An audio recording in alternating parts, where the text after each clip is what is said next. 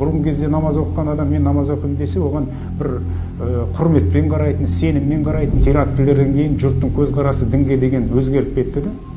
Файзолла Каменов, запастағы полковник, Ұлттық қауіпсіздік комитеті ақ қызметінің ардагері. 2021 жылдан Қазақстан Республикасы парламенті мәжілісінің депутаты, қоғам қайраткері.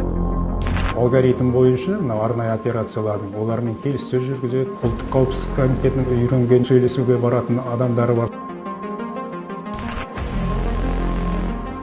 2016 жылғы операцияда сол Дмитрий Таңатаровпен сөйлескенде басшысы болды. Арасында 10 жігіттің арасында шығуға бейімдері де болды, бірақ жіберген жоқ та. Арыстан қызметі негізгі шабуылды біз жасадық. Ұлттық ұланның бүркіт арнайы жасағы оларда бізге көмектесті. Операция сәтті аяқталды деп есептейміз.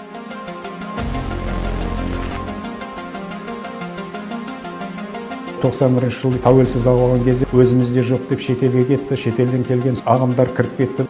Содан бастап жаңа идеология кетіп қалды. Ешкім намаз оқыма деп айтқан жоқ, мешітке барма деп айтқан жоқ, оқың келсе оқы. Осы 2011 жылға дейін негізі жағдайды еске түсірсеңіздер, біздің кез келген темір жол бекетінде, кез келген әуежайда біздің намаз оқитын бөлмелер болған.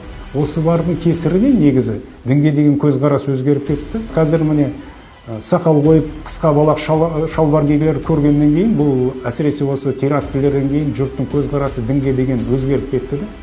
Сондықтан бұлардың өзі істеп жатқан тірліктері исламға қайта құбыжық көрсетеді. Негізі ислам деген өзіміздің бейбітшілік діні ғой.